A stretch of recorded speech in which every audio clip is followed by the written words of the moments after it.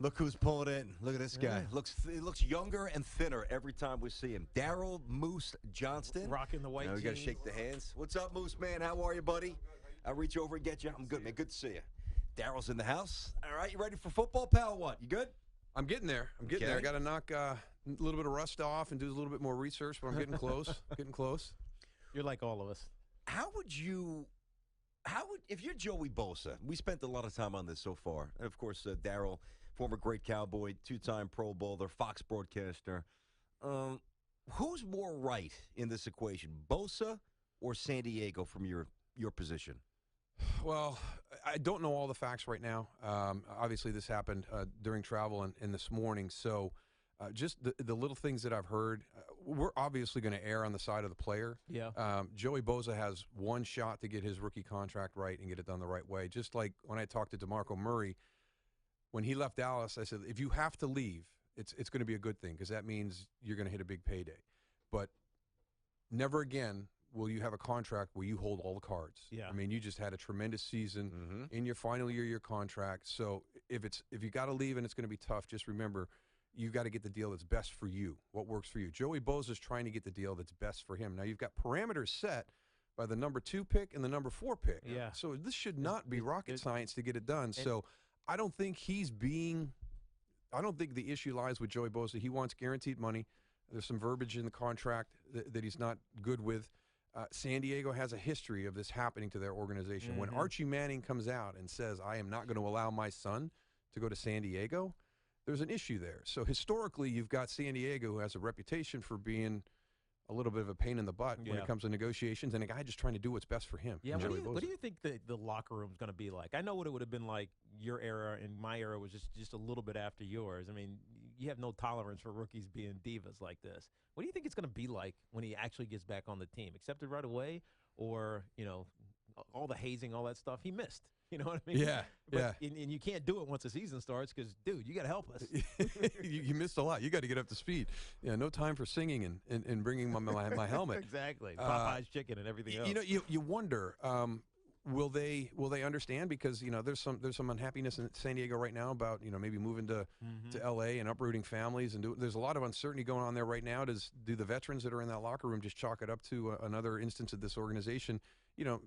Putting people in awkward positions and kind of side with them, or understand that this is pretty clear cut. The wording in your contract. We got it. We know. I would have done the same thing. I would have held out. Now, when we were there, sometimes it was a diva reason. Of course. It was just hey, this isn't going to happen. You're trying to get out of work, which I was trying to do one year, and it didn't work out. But yeah, we're running backs, man. There's no chance. I got limited snaps, and I can't be wasting those things in July. I want to ask you, too. We had Stephen Jones on good 20-minute chat with Stephen about a week and a half or so ago, 2 weeks ago. Never talked to him. I was surprised how much I liked him. And not only that, Moose, and you can really expound on this, it seems like there's a transition from him becoming the voice of the Cowboys more so than Jerry. Maybe locally it's a little different. I know Jerry does local radio, so you hear him a lot more, maybe better relationship with the writers, and you read about him more. But it seems like nationally there's been a transition, and I think that that's good because most people that aren't connected with Dallas and don't love Dallas don't really like Jerry Jones. I think it's a good look for them to have Stephen Jones out in front and center. He seems like a pretty good dude. He's a very good guy. He's earned his stripes in this business as well. A lot of people say, well, he's the son of the owner, so he's going to have every opportunity. He's done it the long, hard way. He's been in there learning this job, since 1989. So Stephen, everything that he's going to achieve, he's going to have worked for. And I think a lot of this started with the whole Johnny Manziel draft pick. That year coming out, and the story is Jerry's got Johnny Manziel's card in his hand, and Stephen takes it out of his hand and says, "No, we're going with Zach Martin." That's a pivotal moment right there. You're talking about a wasted first-round pick as opposed to a guy who on that line as a rookie had the highest grade. Yeah, Zach Martin graded out higher than Tyron Smith, anybody on that line. Wasn't he All-Pro his rookie year? He was. All-Pro, Pro Bowl. I mean, it set the foundation for what any good team needs, which is the offensive line. We saw the immediate success with DeMarco Murray leading the league in rushing. When I think about the Cowboys, I think about, this image as America's team. But when we were also talking to Steven, he was saying, me and Tony were hanging out, with Jason Garrett. It feels like a family doesn't exist in most NFL cities. Do you show that? I mean, you travel around now doing games. I think the dynamic down there is different than it is at most NFL organizations. Now, is that fair? It's very fair. And I think it started, in '89 when Jimmy came in with Jerry. I think Jimmy did a really good job of creating that environment that we're used to in college. Yes. It was just a different environment. And I think Dallas has been able to keep that sense around that locker room since that time. There's not a lot of changeover in the back of the building, and we always talk about the back of the building being very important. And the back of the building is the locker room, the training room, the weight room, and the equipment room. Mm-hmm. That's our back of the building. Mike and Bucky are still the equipment guys. Jim and Britt are still the trainers, and Mike Wojcik is back as your strength coach. This is from your era? This is from our era. So the back of the building is still rock solid, and that's the most important part.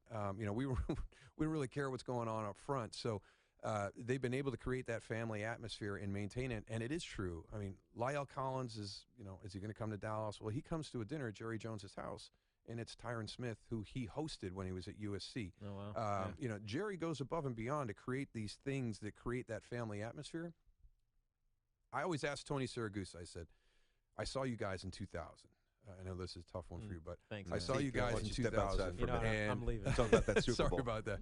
But I said, why didn't this team do more? I mean, you guys had that. You guys were tight.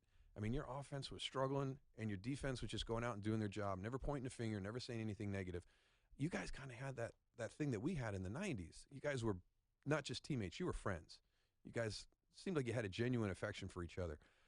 And he said we kind of lost that over the year. We couldn't sustain it. So Steven and Jerry have done a really nice job of being able to sustain that through a number of coaching changes, a number of personnel changes. The one thing that's always there is you always feel like family when you go back into the facility. Now they just have to start winning again. Yeah, I was going to say, when does that winning makes the family real happy. Yeah, right? That's got to translate into deep playoff runs, which hasn't happened. No. And I think, the weird question is, who is Dallas? Are they more like the 2014 team or the 2015 team? I'm like, come on, really?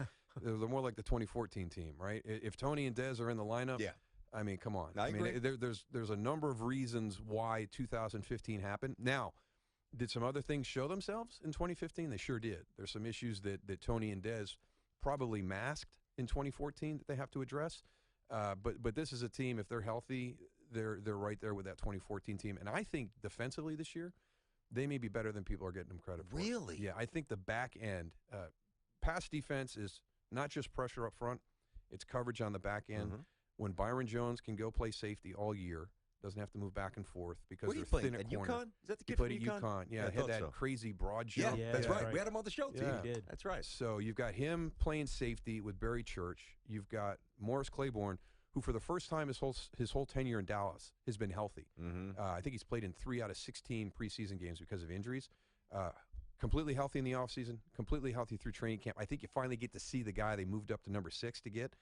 Orlando Scandrick is back in the slot. Orlando has a swagger to him that they missed desperately last year on the defensive side of the ball. And then I think Brandon Carr in a contract year. These guys always play well in their contract years. So Morris and Brandon are in contract years. So I think the coverage on the back end maybe helps out that issue up front. And the issue up front is really off the edge. Inside, they're going to be tough. Pretty stout. Yeah, they're pretty stout inside. Mm-hmm. Just those pass rushers smoking too much weed. Yeah, I mean, how do you throw away that opportunity? You see what Von Miller signs, and you can't put it down for a couple of years. I'm just calling it. I don't know. It's pretty potent stuff these days, Moose. It's pretty good. Yeah, I hear the THC levels are pretty high. They are. They're like 20% if you get the right stuff. Daryl Moose Johnston with us here. But we just read that. Of course, we just read that in High Times, the magazine. I have no idea what you're talking about. The Moose is here. Ticket IQ. It sounds intuitive, but explain to us what it actually does in the secondary market. Well, it's a company that started off as a B2B, a business to business. So for the last 6 years, you've built all these relationships. Now you've gone business to consumer. So the relationships that they created, they have access to over 90% of the inventory on the secondary ticket market. They've got connections into some of the professional teams, into the NBA ticket exchange, the NFL ticket exchange.